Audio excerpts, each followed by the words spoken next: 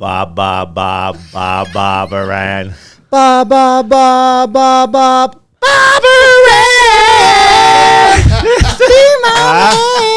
You don't beat that. You don't get that. Oh, I wasn't expecting Yeah, that. you don't one, get man. that kind of music And every day. he got the note. He Oh, totally yeah. got the note. I love it, man. That was great. Hey, we had a good 45-minute practice coming up here as well.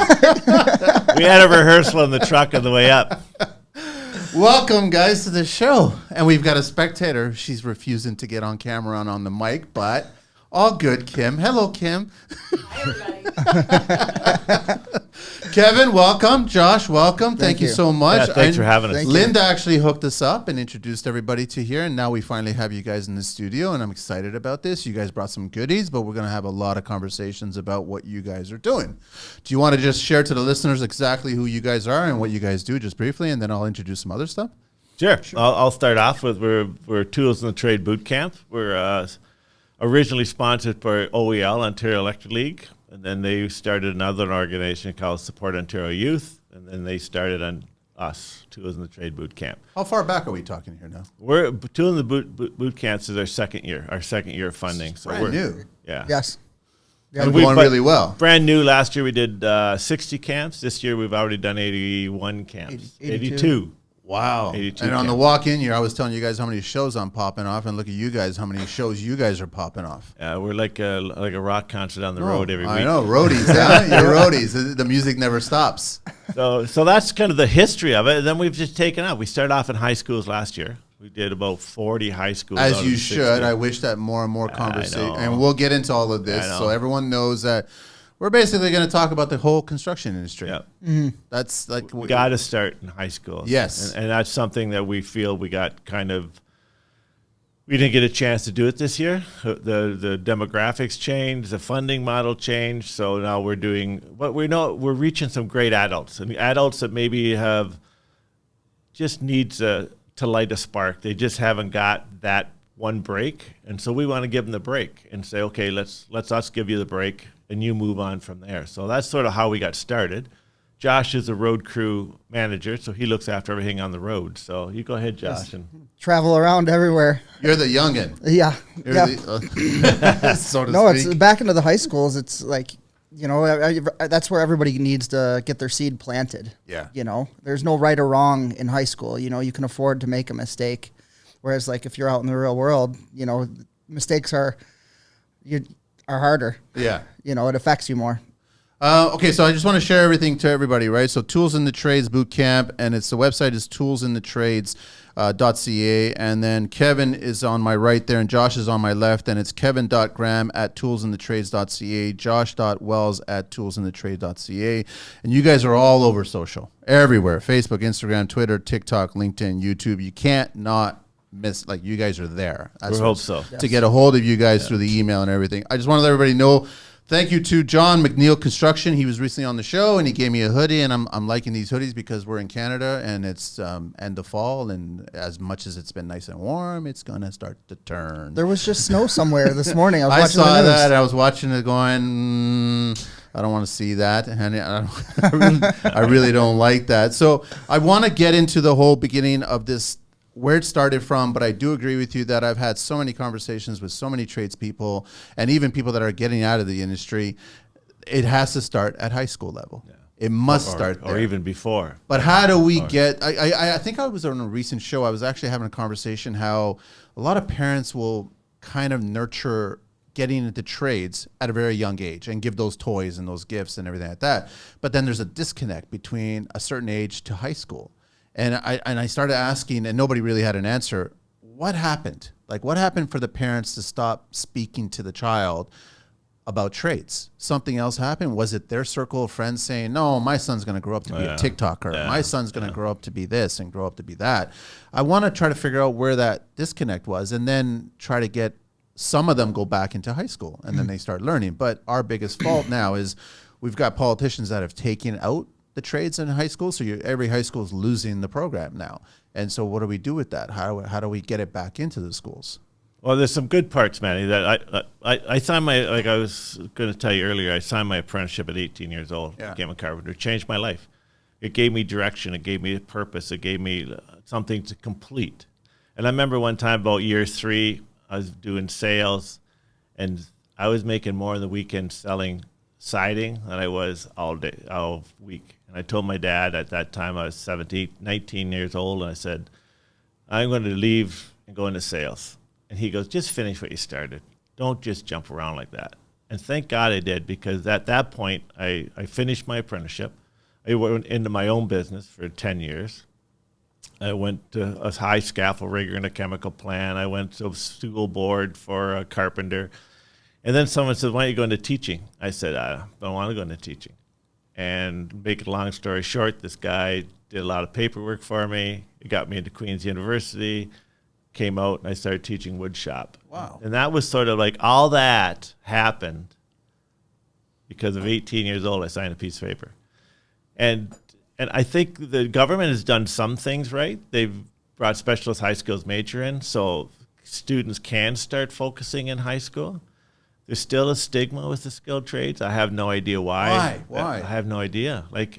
Some people, I used to blame guidance counselors for everything. That was just because I was a consultant at that time for tech ed, and I thought they weren't giving us a fair share. But when I stepped back now and we started tools in the trade, it wasn't until then I look at 150 different trades, 150 different ways of getting into the trades, Yes. and 150 ways of exiting the trade. Yes. So then we expect the guidance counselor to know how to get into college and university, which they know because they've done that. Now we say, here's 150 different trades that we don't even agree on entry and exit. So I think that's what complicates it a little bit. But how much time do the guidance counselors have with each student No, not to enough. assess who the student is? Like, how are they getting a really good idea of The what right their direction. interests are, right? It may not necessarily be the trades. It may be something else, another industry, but you never know. What if you're overlooking somebody that really wants to get into the trades and you're not paying enough attention to that student to find out that this person should go into the trades? That's very true. They definitely need more time to. But I sit get it. down I mean, and they're already understand. overworked as it is, and there's not enough time, and you've got over classes and all kinds of stuff. So So you how figure a guidance counselor might have 1 or 2 guidance counselors in a school for 1,300, 1,400 kids. that's a lot. That's a huge Oh. workload. I know, totally. So that's the part that's where the things fall apart, right? And and it's got to be the parents' responsibility to give kids some direction of saying, hey, Billy or Susie, you're good with your hands. You're talented. Why don't we take this one step farther? And How do we get rid of the stigma? I think it's disappearing, to be honest with you. If I look back 30 years ago when I started and look at today, I think it's disappearing, don't you? The stigma, yeah, a little bit. I could see. It's hard work, Manny. Being in the trade's hard work. It's not easy. I know, but I had a guest one time earlier on in the shows. And they did the math, and the math made sense to me. So the amount of money you would spend if you go to, I don't know, computer science, you go to medical, you go to like legal, you go to even accountant or whatever, finance, right? You're spending 6 figures in your education. Oh, yeah. Yes. You're not spending 6 figures for trade education. No. And then when you're getting out, you're making half that 6 figures in your first year. And it depends on your work ethic on how quickly you're going to get to 6 figures. Yeah. So you're getting to 6 figures while other friends of yours are still paying off their 6 figures. Yes. So the math to me it's clear. But I guess it's the stigma and math, and they look at it and they don't like seeing both. And mom and dad are saying, I agree. my son's going to be a lawyer. My son's going to be a doctor. Both of those jobs I would never want.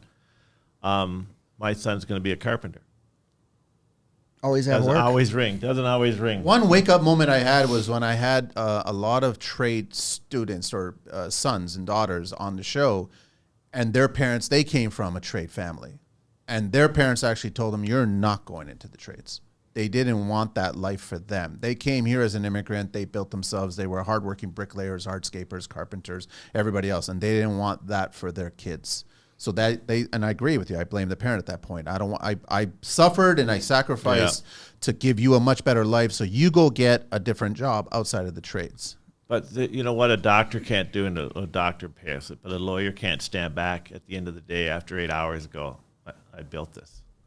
And I think that's a reward that we have that nobody else understands and gets, because nobody else can do that in any other organization but the skilled trades.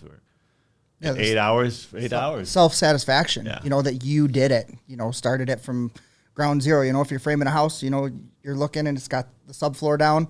You go in the next day and you had all the walls up yesterday. It's like you're actually seeing something physically being done, and you can lay your head down on a pillow at night saying, I did something successful today. I would say out of our 12 questions that happen at the end of the show, I would say the number one response for what do you love about construction is that satisfaction at the end of a workday. Yeah, when you exactly. look at it, this is what I accomplished. Yeah. And then you're very proud of what you accomplished. There's no guessing. It's it's you have to earn that feeling. Yes. Yeah. Like, and that feeling comes from you signing that paper at 18. Yeah. That feeling comes from you taking that first job and you're scared shitless. Yep. You know, because you're seeing professionals all around you and you're the new kid and your tools are brand new and probably the wrong color. and you got the wrong hammer, you got the wrong tool belt, you got the wrong everything, but you're in awe of what they can pull off and what they've learned, right? But I always tell the kids, don't be intimidated. You can learn that. You can get to that level. Like, it just takes time. It's time, and then that's everything. Time and desire, the will to want. Yes. You know, I remember, you know, framing, and you'd tell the new guy, the greenhorn, hey, go get the board stretcher out of the truck. And he'd be out there for 2 or 3 hours, you know, wouldn't find it, obviously. But I mean, but that's all just part of the growing pains, you know, and it's your time will come eventually if you stick into the trades that you'll be doing that to somebody else, you know, but it all comes through learning.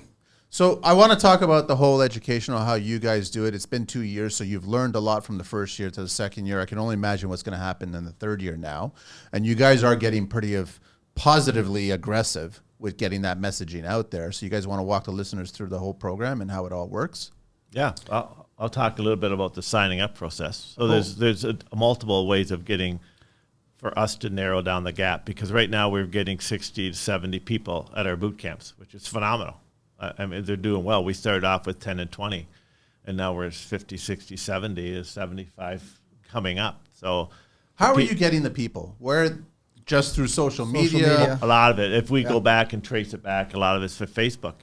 And a lot of it's mom getting the guy out of the basement or getting the young lady Is out it of mom or is it dad? Or is it both? Lots or? of it times it's mom or the girlfriend or the boyfriend. Yeah. Really, huh? Yeah. Good to hear. So, yeah. And we even have some coming that are boyfriend and girlfriend as well, both of them to sign up, which is good. They're both looking to go in the positive direction of getting into the trades. We got father and sons coming. Yeah. Like, it's happening. Like, it's exciting to watch it grow because you know it's going to happen. You know it's just going to get bigger. You know it's going to become this animal unto itself where tools in the trade is just a big moving machine. And we see it happening faster. Like, right now it's like we're running. And it shouldn't be that way because we've done 81 camps. The next 45 camps should be easy, but it's not. You're just running steady because the machine's starting to rev up and starting to take off. So It's going to just be more difficult for you guys, right? it should be more It's fun. It's fun. It should be more fun. But I mean, It's like, a rush. It's a rush. what's your background, Josh? Where do you do? A carpenter. Carpenter, Yes. right? At So- what age did you get started at? 18. I started. All the cool kids go to carpentry. Eh? the cool Well, I never took workshop in high Not school. knocking the plumbers or the electricians or HVAC, the money-making guys, the Porsche driving guys. But no, all the cool kids get in there. They want to get in there. That's just kind of, I fell into it. I never really had a desire to do it or anything, but I graduated high school and my dad goes, I'm from Buffalo. So my dad goes, what are you going to do? And I'm like, I don't know. dreaded question. Yeah, well, Yeah, you're doing exactly. something. You're not staying at home all day when I go to I'm work. breathing right now. Yeah. So he said you can go to college or, go get a job. And I knew that I was just happy to graduate high school and be done with that. I wasn't much of a school person. I liked I was outdoors, just an outdoor person, playing sports with the neighborhood kids and just being outside. But it's ironic that you say that, and it's been said several times, construction is school. I don't Yes. care if you're the Yeah. new kid or the old No, kid. you're right. Yes, you don't realize that you're learning by doing it. Yes, Yes. I wasn't book savvy, I should say. Well, it's just funny, and everyone knows me. I've been reading quite a bit, and I just do it to just learn more and more stuff. And I don't know any of this technical shit. I just surround myself with people that know it. And then no different than construction. You get on a job exactly. site and you listen to the engineer, you listen to the architect, you listen, and then all of a sudden you start listening to all the trades. And guess what? You got weekend work at your own place that you can do, and then you pull it off, and you'll call them or text them and go, "How do I do this? When you were talking about that, I'm missing a few steps here." And then they'll educate you. And guess what? You are doing so much more other than carpentry. That's the whole learning process of this industry. That's what's so beautiful about it. It's usually never just one thing you learn. You know, when you do get into the trades, you end up learning multiple trades. You may not be ticketed in them all, but you'll end up learning a lot about a lot of them. Or you can get ticketed with a hard hat not being on your head. Yeah, exactly. But that's a whole other story. I mean, how did it feel for you, Josh, getting in there compared to how did it feel for you, Kevin, getting in there that first day, that first week being in the industry? I walked up to a job site there. It was framers, and walked up, and I was driving around just, I don't know, looking or whatever, and walked up and asked if they were looking to hire anybody. And my boss, it turned out to be my boss. He goes, just asked me a little bit about my background and everything. What do I like doing and stuff? And he goes, I'll give you a 2-week trial period. I said, okay. So he started me at $7 an hour. I did my 2-week trial. $7 an hour. Hey, I was happy. At my end of the week, I was bringing home $400. Like, I was ecstatic You were living like, at home. wow, Yes. making money. Yes. So after the 2-week trial period came up, he goes, you're hired and you're at $750 now. So I was very happy. And that's where it started with him. And then I worked for him for probably 6 or 7 years, and I ended up quitting on him 3 different times. So that's like one thing I teach: never burn your bridges. Yeah. It was always, I was young. Worst thing you can do. Yes. Yep. I was young. I didn't know 100% what I wanted to do. And so I went and tried out other jobs, and he always took me back until I did find But you did that for what reason, Josh? just to try and not, just to see, because I didn't know 100%. When you get out of high school, you're 18. You don't know exactly. A lot of people don't know exactly what they do want to do. So it was just to try another opportunity. I could afford it because I did live at home. When you're growing up and you have a mortgage or a truck payment stuff, those changes aren't as easy to make because you got responsibilities. Plus, you get to learn how others have learned and how they run things, and then you can expand it. Also, good and bad. Yeah. You're lucky. I would say, honestly, like, you guys correct me, maybe 95% if you just cold walk right onto a job site, they're going to invite you. Like, they'll be friendly. They'll, Yes. Oh, yeah. Yes. They'll encourage you to, I'll give you a chance. I'll give you a week. I'll give you 2 Willing weeks. to work. Yeah. Willing to Yes. work. As long as 100%. you show the initiative, Yep. then you're fine. But if you're rolling in an Uber and you're a half hour late, then yeah. you're already burning that bridge. You And might that's as well what- just bring the torch with you. That's one of the main things of the camp, Manny. We got it's not only the tools, so we got some tools to show you, but we give away $250, $300 worth of tools. So they have a starter kit, and that's what we wanted.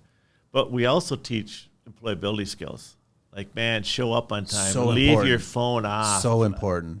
The The phone is a safety. In my opinion, it's a safety, and I'm also borderline radio on safety. Because I've had DGR here and George talk a lot about he hates radios on job sites because sometimes they'll crank it so loud and you can't hear what's going on, especially if there's machinery moving stuff around. if slippery knots on, like Plus, yeah, that's the whole music thing. So it's great that you guys get them started. Like, you get these trades and the future trades interested in these tools, right? Yes. And we talk about, like, to show up on time, be a good person, listen, and act. Don't stand. Don't wait to be told something. Pick up and start doing something. And we also talk about for that financial piece, because right now you can make 100,000. Next year you might be able to make 100,000. There's going to come a time when you're going to make 50,000, because you know what it's like. Because that's a cycle of construction. I mean, we've made big money, we've made small money, but somehow we've got to teach them that when you make 100,000, you don't go buy a $100,000 pickup day one. And then pay for it for the next 7 years. I cringe. I'm sorry to say, but I cringe seeing all these young tradespeople driving around in these 6-figure pickup trucks Yeah. and vans. I really cringe. And I hate, I guess, the social media stigma attached to it where they have to drive. I'm not knocking the Ford Lightning or anything like that, but you don't need a $100,000 electric pickup truck right out of the gate. No. You don't need it. Build your business, build your team, build your rep, build your brand. There'll come a day. There'll Work come a to day. work. Exactly. Yes. Yeah, there'll come a day. Get to that day. No different than your skill Yeah. level, right? It'll get to that day. But these kids, they want it right away. Yeah. That's a big, that's a big problem. And I think that's what I learned when I was in construction, because back when I came, I was making $3.45. I was curious. I was very curious. Yes! Listen, I was a busboy making $3.25. Okay, I was making nothing. I left a factory job making $5.25. Oh, that's a big decision. Yeah, but a guy broke his neck, fell off a scaffold, broke his neck, and the guy came up. He said, "Do you want to be a carpenter?" I went, "Yeah." The guy just broke his neck. give an opening. Jeez. As rough as Yeah, rough as it is. I thought, Yeah, here I am. And I always thank Gene to this day for that accident. But and then every Friday I'd get fired because I was with a fantastic journeyman, a fantastic guy, my best friend. He's 90 years old. We still go for coffee. I think the world of him. Taught me everything that I ever learned. But every Friday I'd get fired. And every Monday I'd show up for work. It was just like, okay, I don't really have enough money to pay us. I'm going to fire you today. I hope you come back Monday. Monday I'd come back. I had nowhere else to go. Monday I'd come back to work and hungry. Nothing was ever said. It was just a couple of weeks go by and I'd get a notice you're fired. And so finally one time I thought, oh, maybe I'll just start my own business. And that's when I finally started my own business. And How many years into that did you start your own business? I was 18. I was like 22, 23 when I started my own business. I just finished my apprenticeship. And at that time, when you finished your apprenticeship, they usually said, Take care. yeah, exactly. Goodbye. You're $6.75 an hour now. I can't afford you. I can't afford you. So you usually went out on your own. And that was sort of what happened. And so I went out on my own and started hiring guys. And then after I realized I could make more money by working back in a chemical plant as a high scaffold rigger, which didn't give me the satisfaction by any means.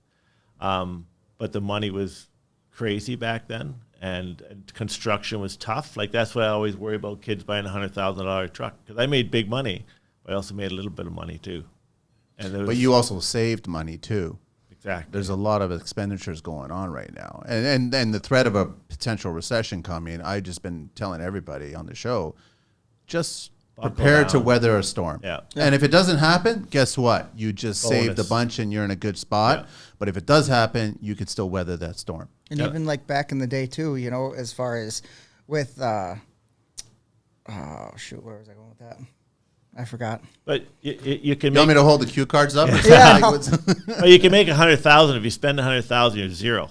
That's not running a business. Exactly. If you make Yeah. 100,000 and spend 25,000, you've got 75,000 as a buffer. And that's what I always tell everybody. It's not what you make, it's what you spend. Yes. It doesn't. You can make 150, you spend 150, you're still balanced out at zero. So it's always about what goes out, not what comes in. For sure. Yeah. So back in both of your early days, what's the difference between the people that you guys were hiring or working with compared to the trades of today? What's that one difference between the two? Wow. Yeah, that's a tough one. I don't know, because I look at the mindset, it might be a little different. I think like back in the day, possibly they weren't willing to teach you as much. But I think now, like, You mean the industry? The industry, yeah. Like I think like they wanted to teach you, like certain companies, like, you know, no names or anything, but I think certain companies wanted to teach you a lot, and then other ones just wanted you to be there, but they wouldn't let you grow the ladder. Whereas now I feel like everybody needs help. All the industries do need help, so they're willing to teach you anything and everything that they know because they're not in fear of their job being lost. They want to retire. It's funny you say that, because a lot of the kids nowadays, and I call them kids because they're in their 20s, right? So they're already their own one-man shop, and they're hiring employees, and they're going through the whole process of Indeed and looking for people. And they're stunned on how quickly they're asking for a raise. Like you and I probably remember exactly how difficult it was to ask for a raise, right? You almost had to earn it. Like, you know, can I cut my arm off and I'll give it to you, and then here you go. Exactly. Now I'm ready for a raise, right? Yes. Reattach it and get back to work. But I mean, like, the kids now, they're like in their mid-20s, late 20s, and they're like asking for these numbers. And I've joked that they're asking for numbers that are slightly higher than their age. Yeah. Yes. That's the numbers that they're asking for. Then the other fear that I hear from a lot of self-employed employees or employers is they're afraid that they'll take them on, give them a good job, give them good money, a couple of years, then they're gone and they start their own gig. And that's reality, man. I never had that fear. I've gone through so many guys, Yeah. and it wasn't because I've burned bridges or anything like that. I told myself, I'll teach you what I'm going to teach you. Yeah. Yep. If you want to stay on good terms with me, you have my number in your phone. Reach out. You ever got a question? Reach out. I'll answer it. But if you burn, I'm not answering it because it's going to be unknown caller at that point. Yeah. It's a relationship. That's all it is. Yes, it is. So I Yes. never had that fear. I was always more than willing to teach and just share it. And I go, here, this is how I've learned. This is what I've seen. This is what I've done. And take that information and go from there. But also I tell them, don't jump too quickly to go on your own. Like, Yeah. you still have It's a more lot of overhead and it's a lot People to don't take realize on. that. Yeah, Yes. There's they a don't big realize difference that. between learning a trade and learning a business. It's two different things. Two Yes. different things. So And how I- much? Sorry, I think I was a good tradesperson. I'm not necessarily think I was a good businessman. that's the 'Cause majority of us, Kevin. I couldn't honestly. leave the tools. Yeah. And a buddy of mine said one time, if you're going to stay on the tools, you're not going to make any money. You got to do one or the other. And I was The pencil. so in love with the tools, I couldn't leave the tools. And I could never make that big gap. And that's why I went back to work. That's why I went into teaching, because I couldn't make the business piece work for me. And it pissed me off, but I couldn't do anything about it. You're getting no satisfaction on the paperwork end. Yeah, exactly. Yeah. Yeah. And we talk about that all the time. The paperwork now is so important. And I'm decent. Even at the- more important, I think. Exactly. So you guys touch upon that as part of the camp, right? Yeah, exactly. That's important that you guys do that. Are they absorbing it?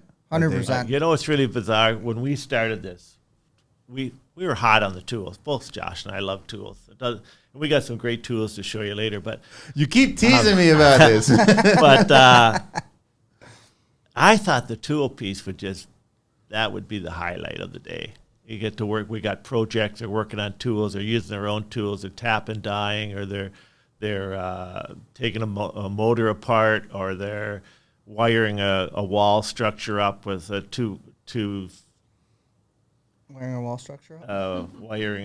This The wall structure, industrial? electrical, and Yeah. we got an industrial piece. So I Industrial. thought that's going to just fly. We get the reports back.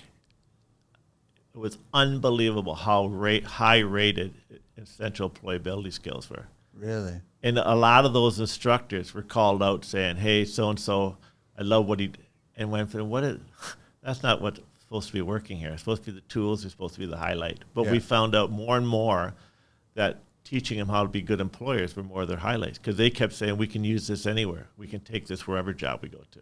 So that was kind of a cool spot, which we were kind of surprised at. Yes. I totally agree. I mean, that's valuable to them. It doesn't make sense, but it is valuable. Yeah, it's extremely valuable. But it doesn't make sense to us old school kind of people. Yeah. When we're looking at it. But we've been preaching on the show and all my job sites, I've been just saying, listen, man, spend more time on the paper. Yeah.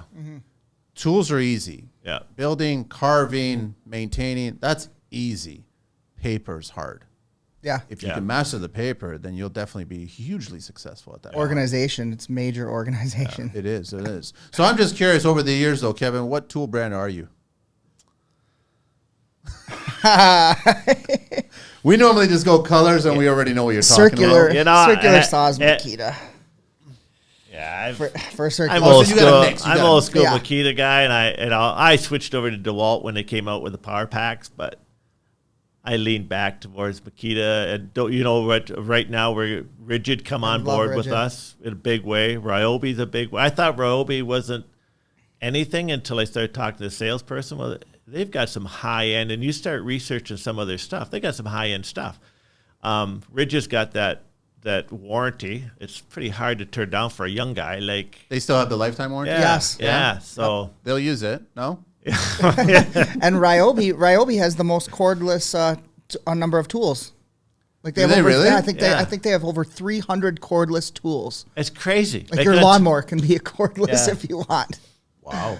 And Ryobi's ranking up there, like I've been looking at electric lawnmowers because I thought I should be that guy, you know?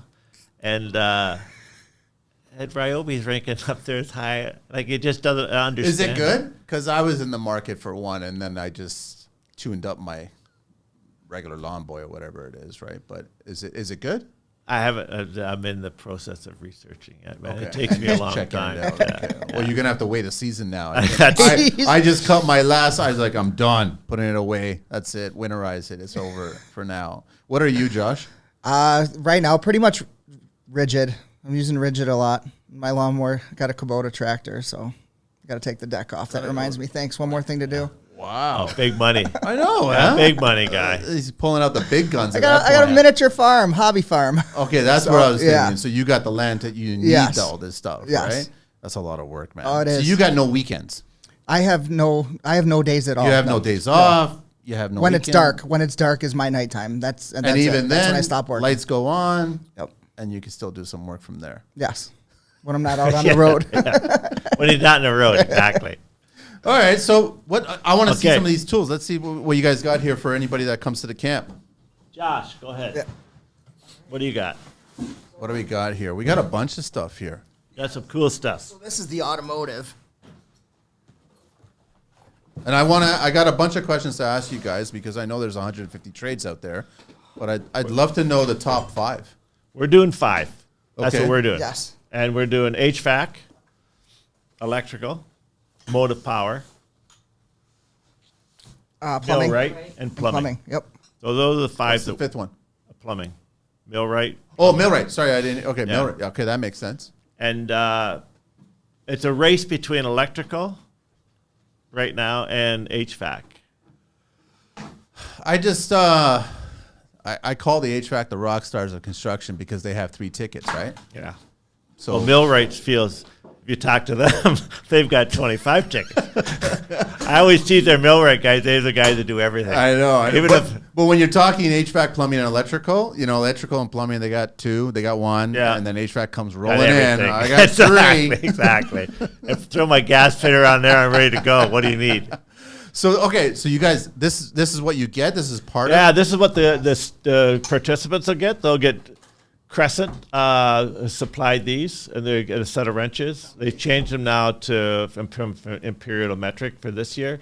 They get a set of socket sets, both metric and imperial, and some wrenches. I remember when I was younger, I went out and bought this set. It was like in the States, it was like $200 at the time when Oh, I I was don't doubt 18, it. like I know. 20 something years ago. I know. You know, but I mean, you'll use this till if you're a homeowner eventually, you'll be using it no matter. You want to see what. a tradesperson care about their toolkit? Is watch a tradesperson lend that out to somebody who doesn't know anything about it. No. Exactly. It won't Then happen. they're like their side eye is insane. Like their side eye is just constantly looking and just watching at what they're doing and the way they put it back and if they get it wet. Yes. I remember we had this plumber, AKA a bit of a butcher at the time, and he borrowed my skill saw. Uh-oh. Brand new Black & Decker Cat 8-inch, unheard of. It was a beautiful machine, and all I heard it was just screaming. And I looked over and I went over and I pulled it out of his hand. I go, don't touch my stuff. Meanwhile, he's burned every nail, every tooth is broken off. I almost cried. Was the blade still spinning? Yeah, pretty much, yeah. I was I've been there. I was 19 years old. My first saw I bought, and this older guy just burning through old lumber, and I thought I was going to go home and cry. I just took it, put it in the truck. Okay, I got to put it away now. I can't touch it anymore. It is funny how in the trades we have a sensitivity to our hearing, but we know the difference between stripping a screw off an impact or actually properly using an impact. We know the difference between like biting through nails and plywood Yeah. and ripping the crap out of that blade, possibly even wrecking it and killing all the brushes and then having that spin. Yeah. We can hear the difference, man. We just you know wait it. till you teach a class of 20 high school kids, and you can hear Patience. Yeah. Talk about patience. you can man. hear every little, and you've got 10 machines running, you can hear something out of tune and go, something's wrong. And you start looking around. Exactly. Everyone Everybody stop. stop. There's a noise here that shouldn't be happening. They're all looking at you like going, what sound are you? Like it all sounds the same to me. Yeah. Well, we got a lot of learning here left to do. Okay. Exactly. Yeah. And this is pretty cool. This came from, this comes from Ideal, Okay. which does a great job for This them. is our first show and tell. Yeah. So we've got they do a special bag for us. Nice. This guy comes from what country? Do Oh my. you remember what country he comes? These are all He's the only one that makes them. These are hand Yeah. done. Handmade. Handmade by this one guy for Ideal. It's unbelievable. They put their brand in there. Wow. They get all the electrical, the pliers and the side cutters and the tools, the old time knife for stripping. Yeah, the old timer knives. These things. So many people. They're so sharp. So sharp. It's crazy. Yeah, well, we have a lot of Band-Aids when we bring out the electrical. It's funny, you use the tool your whole life, and you think everybody uses the tool like you do, and you find out that young people that haven't had that opportunity, They find creative new ways of using a tool incorrectly. and you forget how it was for you. I Yes. remember when I went for my first framing job, and we were doing, at that time it was a raised ranch. Remember, with half out, half up? So you toenailed all I said, okay, just toenail those short studs in there. toenail, the whole different animal. Like, how do you make that happen? I know. I've spent half a day trying to get, okay, this has gotta. And I remember the one guy come over and goes, just hold it like this. And I'm holding the 2x4 is jumping along. You're trying to hold it. So you forget those days. Hold it where you want it to be, but then pull it back a little bit. Exactly. Now knock Yeah. it, and it lands where you exactly need it. And now That's all. suddenly you got air hammers for nothing. Yeah, You those- got everything, right? Everything just stays where it's supposed to be. But then you got the kids who want the battery guns now too. But I see a lot of the pros still staying on the pneumatics. They still like the cords, right? Yes. They're not switching the whole arsenal over to battery. It's, you know what, like the battery, expensive. Yes. You know, it takes Heavy. fuel, fuel and everything like that. So, I mean, it sucks when you're holding up a rafter and you really got to, get it nailed up and all of a sudden the battery's out. That's, so And it's, I don't know if it drives as tough either. You air. I don't think it does. I don't think it does. I watch framer crews come in and they'll set up their air, then they'll set up the pig, which is the auxiliary Yeah. air, so it's got backup, so it's constantly full, and it's a symphony. You got 5 or 6 framers just shooting away, and the work is getting done. And I've yet to see that symphony with the batteries. Yeah. It doesn't really. I just don't find it pulls. Where doesn't. An air will pull a little bit. Yes, it does. The pass load, the original pass load that came out with a fuel cell, they would pull more so than the battery ones, I think. But some of the pass loads had issues with the winters are really cold if the Exactly. fuels, right? Yeah, so. we were framing one time in a winter with air guns, and it was so cold we were on a lake, and I took a year off school to do this, to frame up a big house on the lake. Wind coming off the lake so hard we had to put the compressor in the truck, in the van, have the van running in order to keep it. The air was freezing. So we could keep air to the guns. That's how cold it was. I know. I went right back to school after that winter.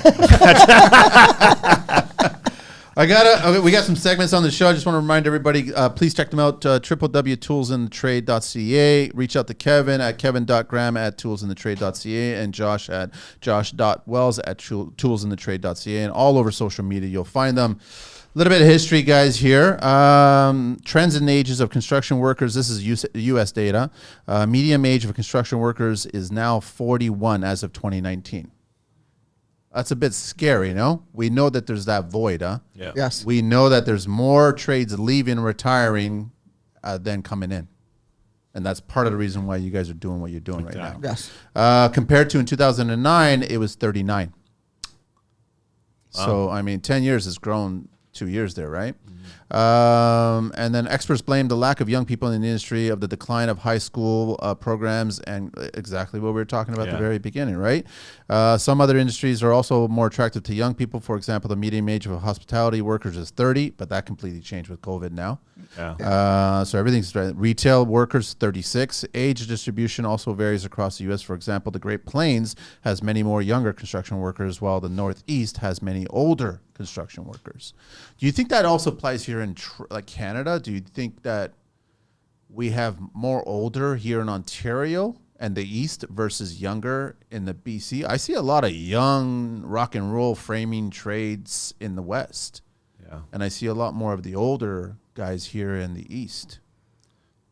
I would think you're right. I think that The more the more out there, I think the younger generation, the more you're away from the big cities and stuff like that.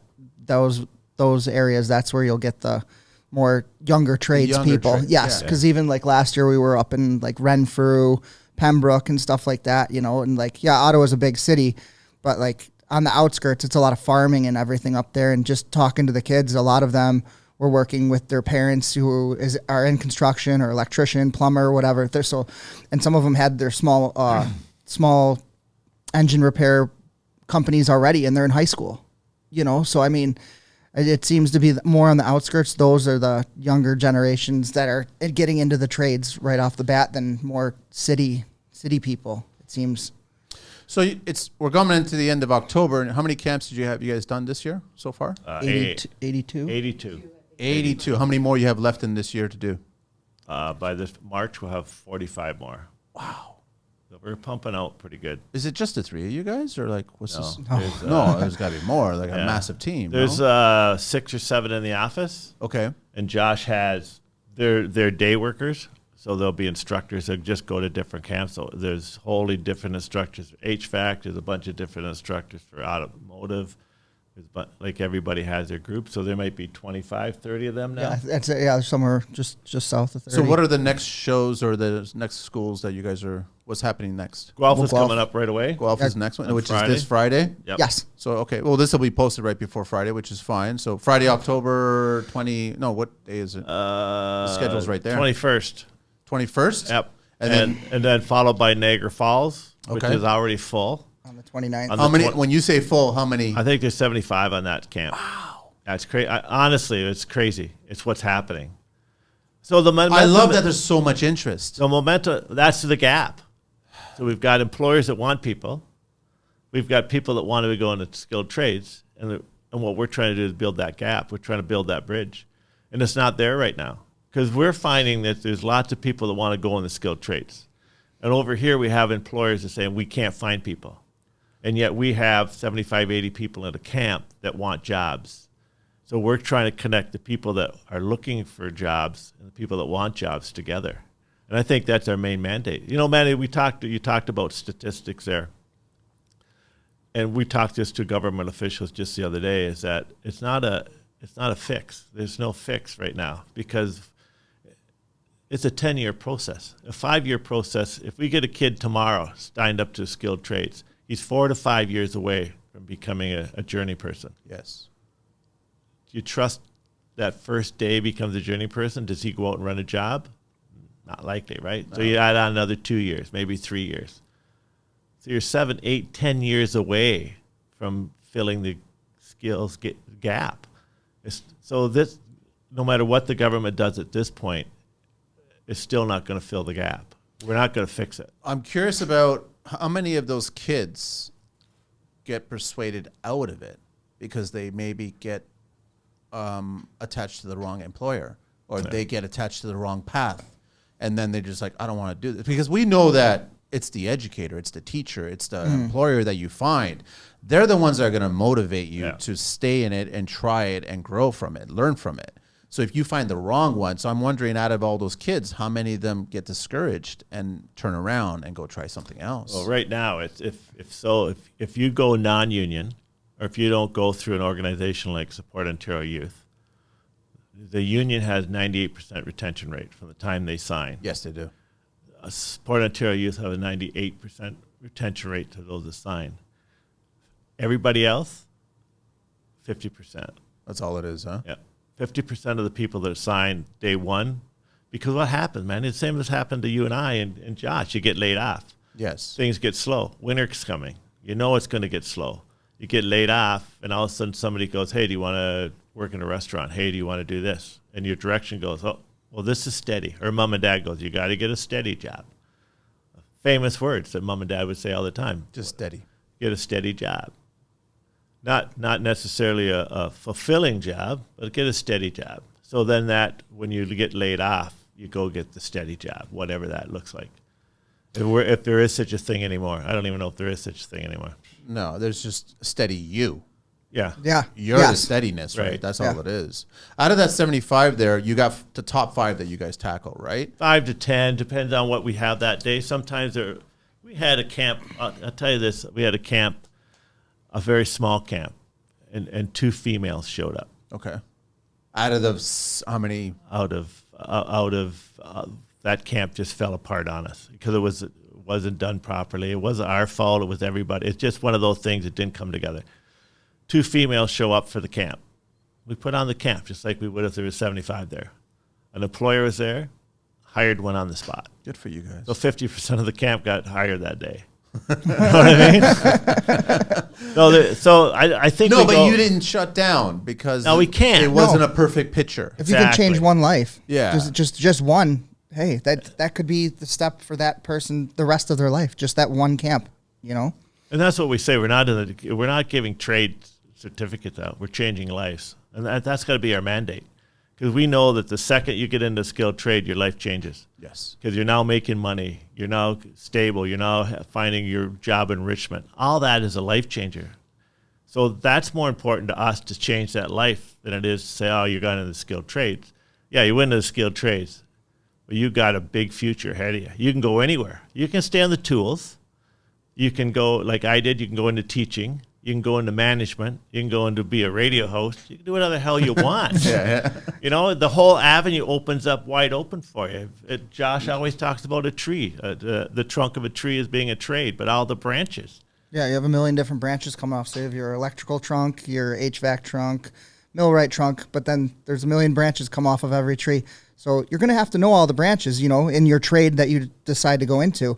But you go find that one branch that you really, really enjoy doing, whether it's industrial for electric, you know, or coach and bus for automotive or whatever. You go find that one branch that you really enjoy doing in that trade, and that's the company that you cling on to, and you make a living doing that one that you really enjoy. But it takes, and I love that. Did you steal that from somebody? No, honestly, I don't know. I don't know where. I love that. People are going to quote that. They're going to use it, right? Like, as of next week, guys on sites are going to, it's like a tree, all right? It's like a tree, okay? Like see all the leaves are off? It's like that tree right there. Yes. No, but I love that. That's actually, I've never thought about it that way, and it's actually very, very true. I love that. You can become an owner of a business. You can become a manager of a business. You can go into estimating. There's different levels in this industry. And it's not even levels. It's that I don't put one better than the other. No. I know you did, but there's it's just an avenue that we can take off with. And I could have been a carpenter all my life, and I would have loved it. And the guy that taught me my trade, 91 years old, he makes crokinole boards, and they're like a showpiece, an art piece. But he's still doing it. He still loves the trade. And he always stayed on tools. I chose a different path, but it doesn't mean that what fulfilled me, it fulfills him. It still comes back to... You have to find your own path of fulfillment. Exactly. It still comes back to the skilled trade was the base of it all. Yes.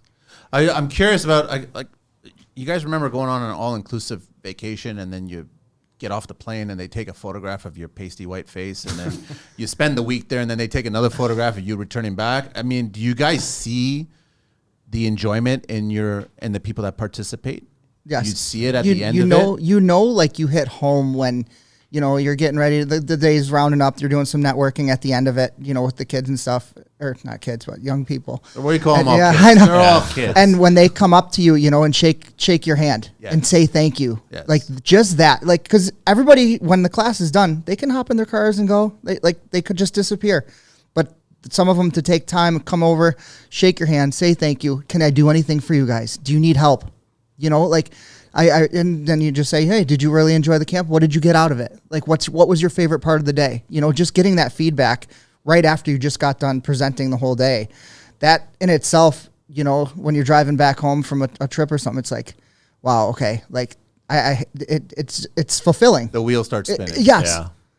It's like we did a camp for all females for Tradespeople, which is a fairly big builder, as you know, in it's a Toronto. huge builder here in Canada. Yeah, and they were over the top. If we were over the top, it was almost like that's when the day the lights came on, and it was like because they were so excited, and they were excited because of the tool piece that they're actually working with their hands. So often people come like us and talk about the skilled trades, and it's just talk, but we get them working with their hands and actually doing things, and it starts to push that in. Like, yeah, I can do this. Like the trades aren't complicated, and I always say, well, if somebody says, how can you build a house? It's just like a puzzle. That's what I used to tell my son. It's like a puzzle. Bunch of pieces, you start putting it together, and you got a house. Everything, all the trades are the same. It's just a puzzle, and you know the secret of the puzzle to make it go faster or slower. So when you see Tradell get so excited, it got us excited, and the CEO came out and talked to us for 45 minutes and went around and talked to every kid. Wow. So you know that you're making an impact. You know that it's happening, and those young women want to go into the skilled trades.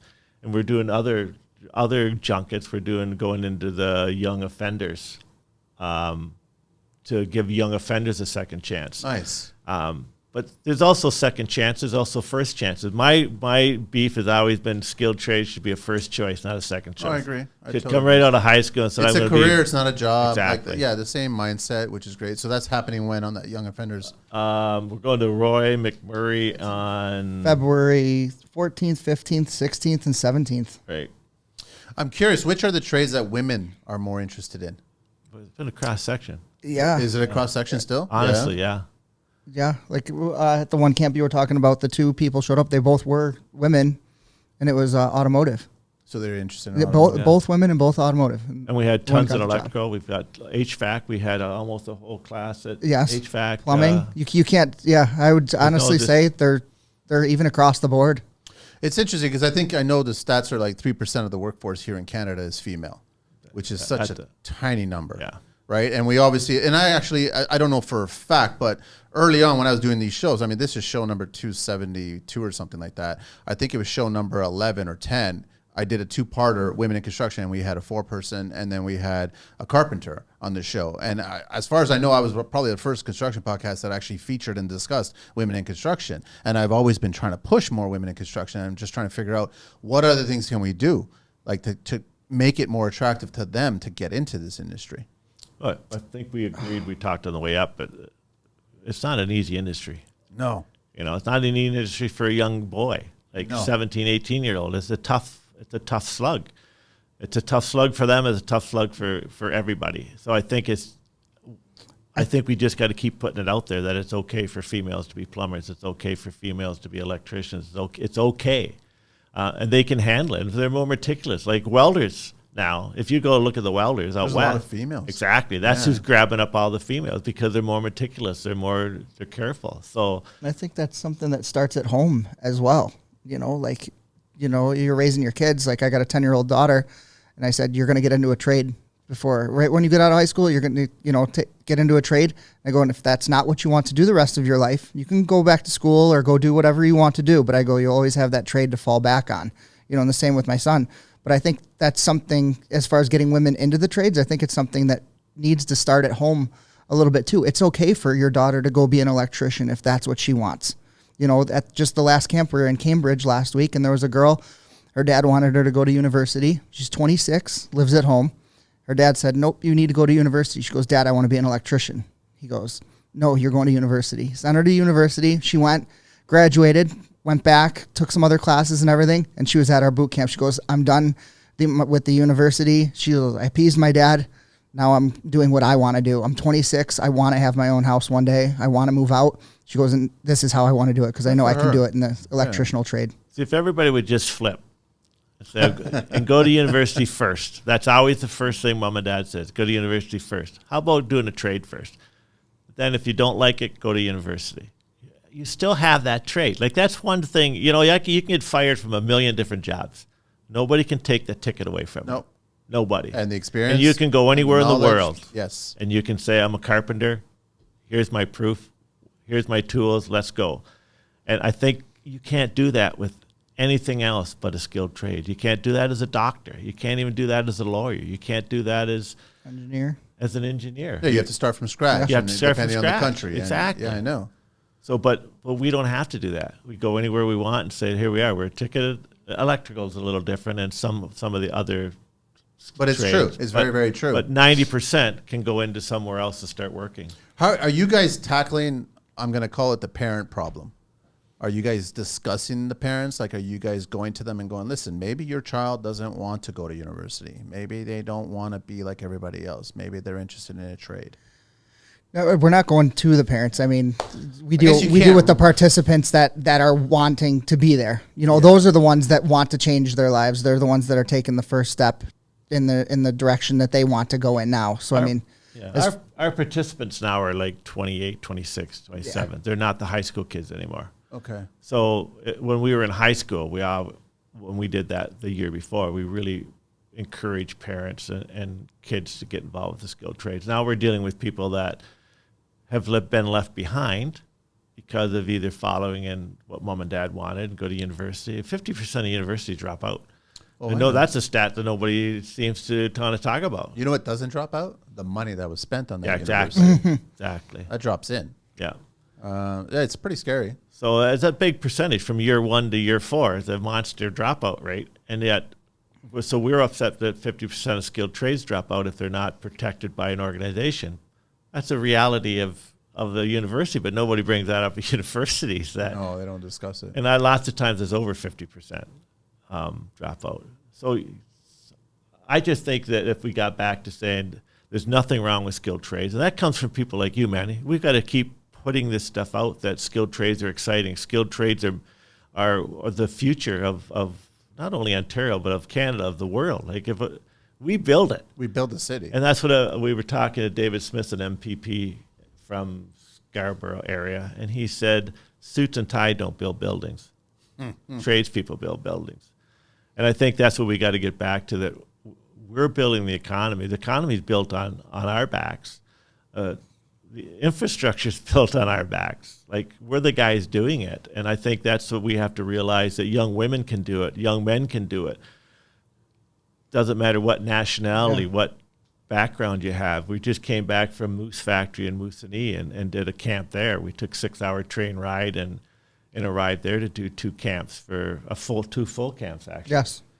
And to see the lights come on there, which there's just not a lot there. So to see those lights come on, and that's what our job is, to light the candle, to get that little flicker to say, hey, I want to do this. Are you guys seeing a second career? Like, are you seeing, I've seen this in my own industry, in my circle. I've seen engineers give up the office. And Yes, there's a lot of engineers. they're like, I want to finding. get my hands dirty. I want to start swinging a hammer. And I'm seeing a lot of this happen. And a lot of people that are coming into Canada, from other countries and stuff like that, they were electrical engineers, just other types of engineers. And they're like, nope, I just moved to Canada, a year or two ago, and this is what I want to do. So it's definitely second careers for a lot of people. Because at some point, I guess they get so tired of it, they're just like going, this is not really what I wanted to do, but my mom and dad, or this was what I was going to choose, and now I'm not happy, but I'm in my 40s, I'm in my 50s, maybe I should try this out. Yeah. And then nobody's too old either. Some people, I had a 46-year-old gentleman there the other day, and he said, he's like, yeah, I know nobody's going to want me. I'm 46. I go, you're 46. I go, by the time you're 50, 51. You're pretty much the medium age. Exactly. Yeah, exactly. Yes. Yeah. He goes, I'm too old. Nobody's going to want me. I was like, you're only 46. I go, somebody will pick you up if this is what you want to do and you have that passion and drive. Go get it. And one of our instructors were there, and it was quite a ways away from Fort Erie, where he lives. And he goes, if you were closer, I'd hire you tomorrow. Like, you've got everything it takes. It doesn't matter if you're 18 or 50. If you got what it takes, people want you. And you're willing to sacrifice and go after it. You gotta want it too. You gotta want it too, right? It's okay to lead a horse to water, but you can't make it drink. Exactly. So it's the same thing. So you guys want to walk us through the camp? Get a gist of how it all unfolds. Yeah. So at the registration usually starts around 8 o'clock to 8:30. Get everybody there, and we've been finding out a lot of the participants have been there. They'll be there at 1:45. So everybody's there usually by 8, even though they have till 8. They think it's a job interview. Yeah, pretty much. And that's what we say. Come dressed for the weather. Like the camp the other day, it was pouring rain out.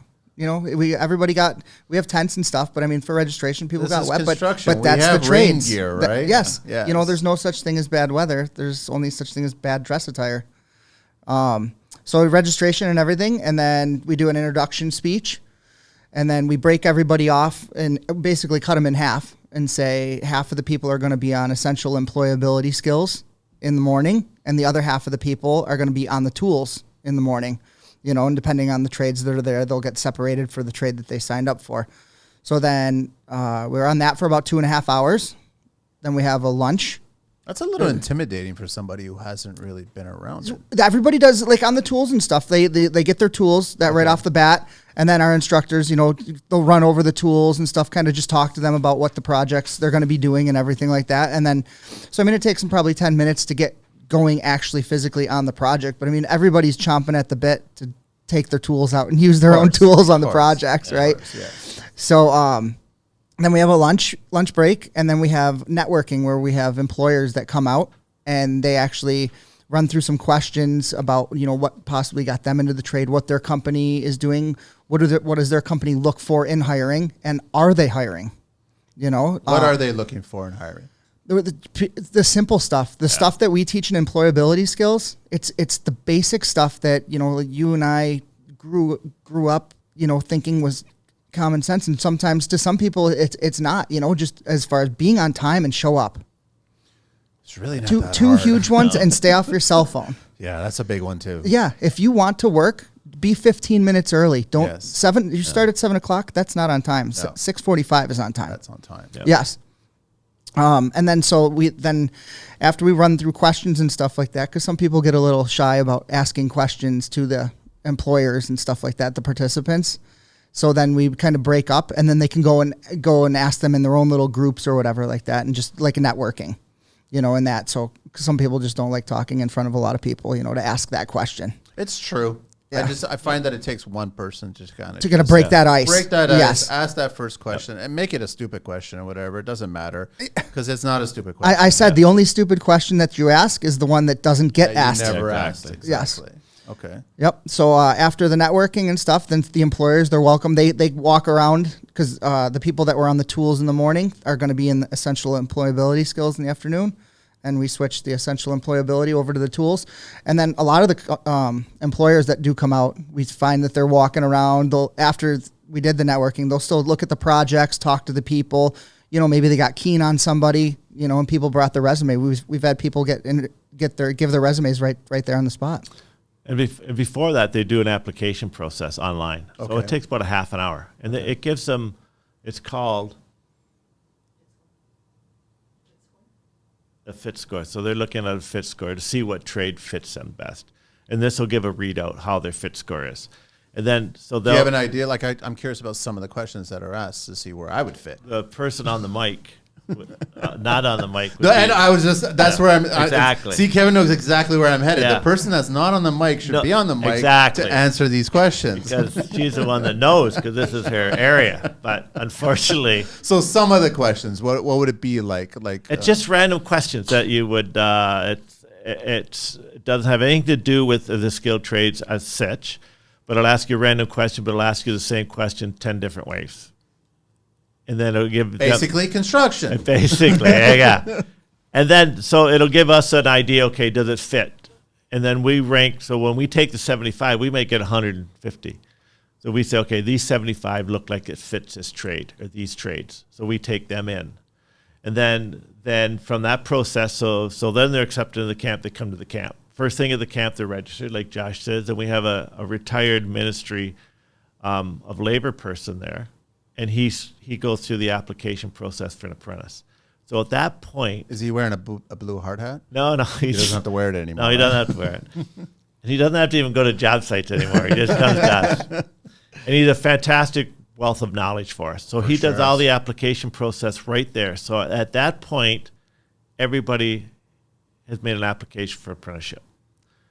Then the day goes out. We meet with Josh afterwards and Krissa, and they sit down. They go, okay, we want to take the top people and get them apprentices. Like, that's sort of got to be our game plan. Everybody's welcome to do an apprenticeship, but we have to back. Boot camp's going to back these 5 or these 10 or these 11 or whatever. First string. Exactly. Yes. Okay. So then they go to the RTA, the Retirement Training Agreement. So then we process that, and Support Ontario Youth is asked as a sponsor, so we can actually have them sign up for Part 1 apprenticeship and be ready to go. So when we go to employers, we're not saying, here's a guy that thinks he likes tools. We're You guys saying, ain't messing around. You here's a guys- guy that's yeah. Part 1 apprenticeship. He signed up, ready to Yes. go. We're putting our stamp that he or she's a great person, and they're going to be a good skills person. And ready to go. Ready to go. Like I in love 2 that. weeks, you could put their 2 weeks in it at their job, or they're not working, or whatever it is. Ready to go. See, employers always say they don't care about people and the use of tools until they get on the job. Then they care about people. Yeah, then they care. They always care. They say, we want the employability skills. We want them to show up on time. Yeah, everybody wants that. And then they show up on time. They don't know what a screwdriver is. It was so funny. We saw a guy put his electrical package, and they're putting it all together, and all the screwdrivers were pointing up, all the pointy ends. So I go to the guy. I'm not laughing. I'm sorry. I know. And I remember taking a wood hammer handle my first day to the job. Within an hour, it was cut in half. Because at that time, wood hammer. Now they're coming back. I have one. I love one. Yeah, I they're love coming mine. back. Okay? Less vibration. I love my wood handle. I don't care. But back then, everything had to be an S-wing, or you weren't a carpenter. And if know. you were out west, a rocket was what you wanted. I know. Times change. Yeah, but so then they get to sign their apprenticeship. So when employers say we want people that show up on time, that's great, and we want that as well. But they also, when they get to the job, they want to know what a screwdriver is, a hammer is, they say they don't care about that. They'll train that, but that first day when they're getting that $15 or $20 an hour, and the employer walks up and he's not making $15 or $20 an hour, then all of a sudden the tools become important. So that's why we stress in tools. And I think the important part about giving a set of tools is they got something to take that day one that represents something that would be given in industry. It's not some Mickey Mouse, I won't name any brands, but some Mickey Mouse piece of equipment. They're legitimate tools. Exactly. That this is what the wheelhouse is all about. So, yeah, you'll need these tools. You'll 100%. need it to achieve the skills that you need to achieve. Exactly. Yeah. I was taught once by my old boss. He said, every side job you do, he goes, you take your money, you go buy one tool. Because you can't go to Home Depot or Lowe's or whatever brand you want to go with and spend $50,000 on tools. Yeah. You know, you gain them slowly. Some do that. Some do it. Some are spending too much money on tools. Yes. Like that old saw that's beat up and it looks like crap still works really well. Still and cuts still straight. making money. Yeah. Just think, Manny, how many tools, serious tools, do you need to build a house, to frame a house? Can you name them on this many fingers? You don't need the arsenal that the majority of tradespeople have. It's it's nice. It's like very, very pretty in the back of your truck or back of your van or in your garage, and it's all neatly organized. But you're right. You don't need all those tools. You need the skill. Yep. Mm-hmm. That's what you really need. You need a skill saw, a framing square, a hammer, Nails. Pencil, measuring tape. You know what I mean? And you got a house. And you can go build a house, right? Yeah. That's it. As long as the material shows up on time. Yeah, That's which it. doesn't do anymore. But No. in the old days, it used to show up on time. I got a little bit of OBC talk here, guys. So everybody, once again, www.toolsinthetrades.ca, kevin.graham@toolsinthetrades.ca, and josh.wells@toolsinthetrades.ca. We everyone gets nervous every time I bring up OBC talk. I mean, I've got the books underneath the table there, but they're going to stay there and just collect dust. You know, the two big binders. Foundation walls. Off the top of your head, guys, what's the MPA that's attached to a standard foundation wall? Concrete guys would just be jumping all over I this. just going to say, that's when you're a carpenter and you wrote your papers. How much of it was on concrete? I didn't write the papers. No. I wrote the papers. Yeah, so how much was it there? About 75, 80%. I was a residential carpenter. How much did I know about form work? No, you did, but you were supposed to. I know. Yeah. I know. I'm supposed to.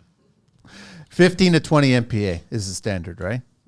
Solid concrete must be between 150 to 300 millimeter thick.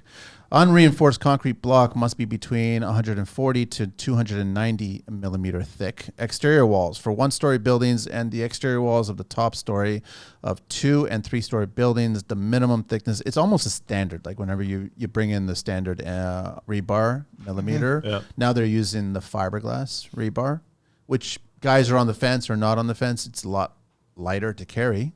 It's more expensive though. All that fiber rebar now. Interior walls, non-load bearing walls must not be less than what thickness? Go ahead, Josh. Less than one. Non-load bearing interior walls. We're going metric here. Don't forget the when thickness of the wall too. Don't forget when I was framing, two- outside 2 walls by were half. 2x4s. Yeah. And then Then they went to switch. The big thing was switch to 2x6s. I was leaving. So 65 millimeter. That's the minimum. Non-load bearing walls. And what is that in inches? 60. Alexa, I don't know. We're trying to be metric and imperial friendly, but I'm assuming 2x4. It's a non-load bearing wall. would That's think. standard, Yeah, right? I would Even think. interior walls. And the only reason you went 2x6 is because of the insulation factor. And yeah. now we've got to throw up R12 on the outside. Yeah. Sheathing is R12 now, right? So now guys are building walls and they're heavier and crying and complaining. But then you get the guys who really want to rock and roll on Instagram and they want to show off a 60-foot wall going up, 9 foot tall or 10 foot tall. More manpower, which is great, which is wonderful, but you don't have to do that. no, are they using jacks now? We used to use jacks, but I don't know if they still They have do. those. Do they? Yeah, they do. I mean, it's likely safer. slow now compared Yeah. to what they're trying to do. Because back then, when you bet say $3.45 an hour, you can jack up a wall. But back then, also, you had 8-foot ceilings was a standard. You had 2x4 exterior and interior, so Yep. everything was a lot lighter. Yeah. Now it's what the standard on the main floor is 10 feet tall, 2x6. Totally That's a different. lot. And Totally bigger different. windows, bigger LVLs. headers for winter. Like Yeah. it's just heavy. Bigger everything. I know. What else you guys? Where do you guys want to go from here now? What have we not talked about in the camp? Do we get a cool T-shirt? Oh Yes. yeah, you got one on All the right, truck. cool. All right, cool. Oh, yes. I'm gonna wear it on the next show then. Perfect. Cool. I Do like we get that hoodie do we too. get boots and hats? What and- size of sweatshirt do you take? I'm an XL. I'm an XL and What you everything. got on? Mine's mine, I don't know. Find out. I don't want to take his. Yeah, we might have Oh, another mine's a one. large. Yeah, too Mine's a bad. large. I don't have the muscles like Manny You'll get over one. there. Don't worry, man. You're gonna get one. There'll be one in the mail. No, I appreciate it. I mean, so I love what you guys are doing. It's going to keep on growing. I can only imagine the team keeps on growing, and you're just going to have more and more I camps. think, Manny, we just want to make a difference. That's all. That's all it is. We're just one little piece of the puzzle, and we just want to try to motivate. We want them being the participants, whether they're female or male or young or old, to have the same experience, the same opportunities that Josh and I had and the rest of the trade people had. I mean, just because it opened up so many doors to us. And we all went in a different direction. We've got people working for us that's a airline mechanic. We've got a union HVAC person that comes out with us. I went into education. We have another person that came into skilled trades that went into education. Actually, we have a few of them Yeah. that came in. Some Union, are currently union plumbers. union plumbers. So we've got a whole gambit of people that are still in the trade who wanted to stay on tools, people that left the tools and wanted to go somewhere else, but they're all basically started as a skilled trade. And I think if we can get everybody that chance, because the whole world evolves around skilled trades, whether we want to believe that or not. It does. And where it grows from there, it doesn't have to necessarily be on the tools the rest of your life. You can go into management, you can go into project manager, you can go into design, you can go into architect. I mean, all those are avenues are open. But just think of an architect.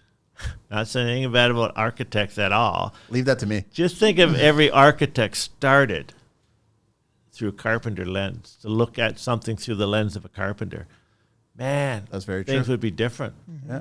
You know, instead of looking at it through the lens of an artist, let's look at it through the lens of a carpenter to see how things would be different and how things would fit together. When you look at a blueprint, it would actually maybe fit together. He wouldn't want to move that wall over one foot. No, I know. Some of the best architects and engineers that I've got along with really well are the ones that have no problem showing up on site, not being asked to come on site. Yeah. They just show up on site because they want to have the meeting there to discuss it. We'll have the paperwork there, and we'll have it there, and then we'll have the site right there, and then we'll discuss and problem solve and figure out. Yes. Those are the ones that I really appreciate because then you'll learn so much. Michael Amby is one of our spokesmen. He's an interior designer, and he comes out to the camps. That's awesome. And it's pretty cool because he's now seeing it through the lens. And his thing is, as a interior designer, Michael says that he needs a skilled trades. He can't do his job without him. But he realizes he can't do the interior decorating piece without the skilled trade piece. Architects also need They do. us if they can't do their job without us. There's so many people that can't do their job without avenues of skilled trade. So I think that, and Michael brings that out very clearly. Michael also talks about, the coolest thing I've ever heard him say was that you're the brand. Kevin Graham's the brand. That's who you have to sell. Yeah. You don't have to sell anything else, but you have to sell yourself as a brand. And I think that's what young people need to know, that they're a brand. Like, they're doing something that nobody else can maybe do. That they're in a unique situation. They're a great tiler. They have a natural ability to frame houses. They love hardwood flooring. Like, who knows what avenue they'll take on? Or they like HVAC, but they have a natural talent.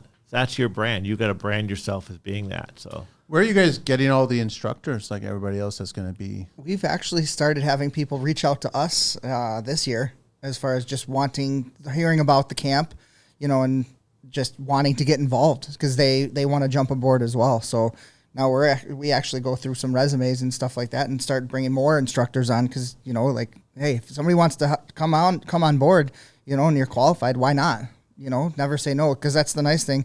At each camp, you could see anywhere from 7 to 20 instructors, so that's 7 to 20 different minds, different pathways, different careers that everybody's taken to get to where they are. So that's that many more minds for any of the participants to ask any question to any of them for. That's a great pool of knowledge there, right? Yes. yeah. I'm curious about what's the youngest, Who's been the youngest person that's come to the camp, and who's been the oldest person that's been? Youngest person was when we started a grade 10. Okay. And she wanted to go into skilled trades. There was no ifs, ands, or but. The oldest person was the other night we had a I'd say around 50, 60. Yeah, right around 60. Yeah. A man Honestly. or a woman. That was a man coming with his son.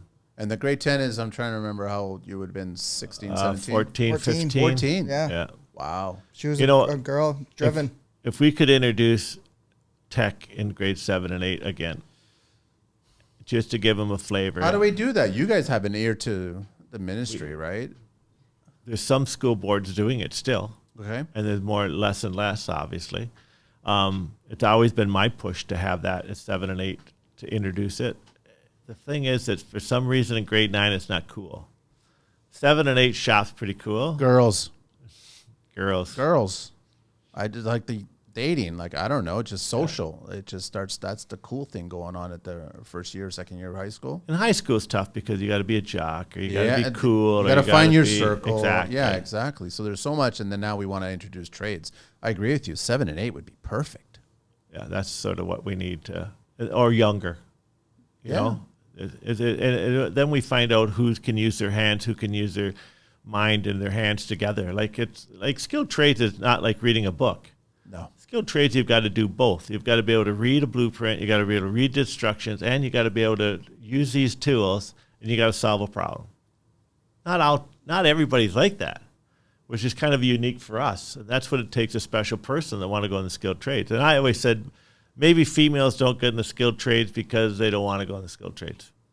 Maybe that's okay. You know, I think it's a great opportunity for them. The money's there now. The opportunities are there now. But if they don't want to go into it, then they shouldn't go into it. No. And nor should a guy. If Yeah. you don't But think... that's applicable to any industry. Your parents shouldn't force you to go to No. university Yes. or study this because the family wants you to do it or Yeah. something. If somebody's working and making money, that's what we have to do to survive as humans. Yes. You know, so you should only be mad at your kid if they're sitting on the couch doing nothing.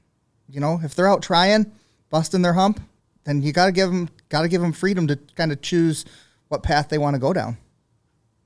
So in an ideal world, 10 years fast forward, how you guys want to see this the camp and everything like that? Would be Right great across. if it's in grade 7 and 8, and then you're getting those kids coming in. I like to go back to high schools. Okay. I like to go across Canada.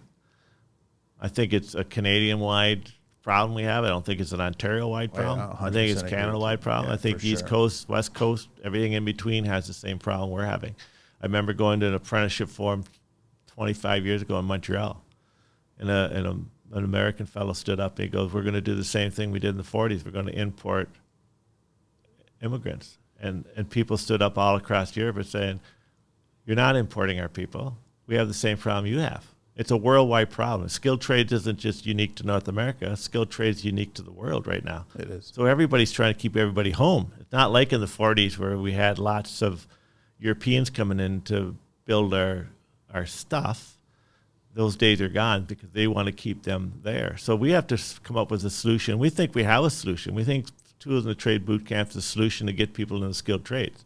We think it's a solution to get these people that want to be in the skilled trades and these people that want to hire people in the skilled trades. We feel that we're the bridge that will make that happen. So I think, yeah, should it go 7? Should we go back to high school? Definitely. Should we go into elementary school? Definitely. Should we go across Canada? For sure. Definitely. So I think we have lots of opportunity to grow. We got lots of opportunity to expand. I think we have to, people like you, people like the school boards, we have to start talking about skilled trades. You know, the Ford government's doing that right now. They're talking a lot about skilled trades. I think we got to just keep that momentum up. That has to be something that's conversation that mom and dad has at the dining room table. There's nothing wrong with skilled trades. Have you guys heard the conversation? Because like we know about the void.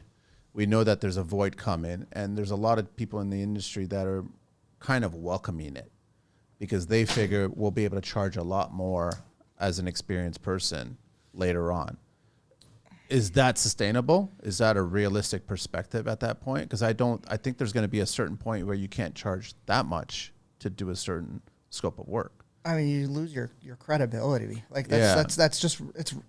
Everybody's got to make a living, but I mean, I personally that comes down to morals, you know, and basically taking from somebody who just needs your service. I don't know. I don't find that it's right to overcharge. I think it's honest 8 hours of work for an honest 8 hours of pay. Yes. And that's just maybe how I was raised, but that's to me, taking advantage of somebody else is not the right way to go.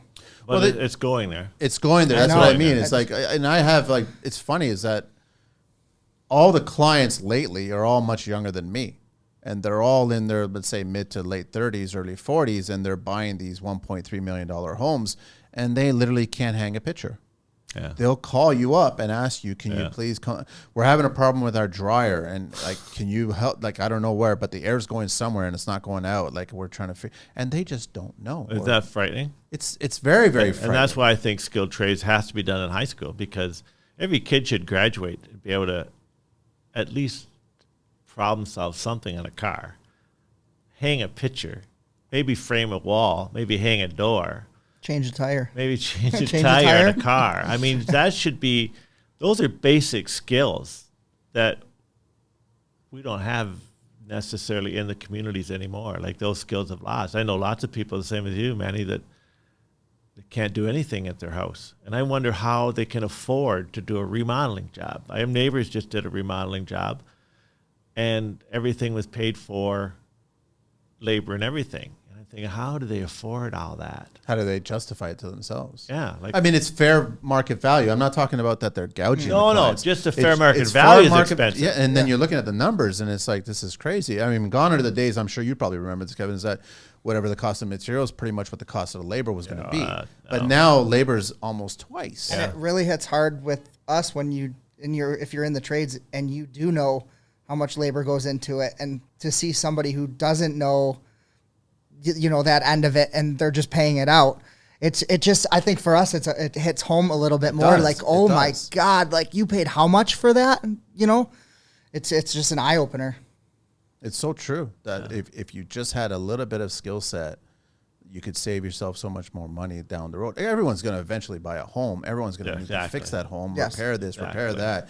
You can't call people. I mean, as much as the top three service mechanic, that's different, right? Like, furnace goes down, hire a technician. Yeah, pro. exactly. There's certain things leave a professional to take care of. Gas. But yeah. And electricity. Which is a funny thing with TSSA. Like, I mean, it's just really funny that they don't really police it unless there's an explosion or something like that. I've gone through this before with a client who modified work by a licensed gas fitter right in front of my eyes. And since it was their own dwelling, they were can do it. They can do it. Yeah, I know.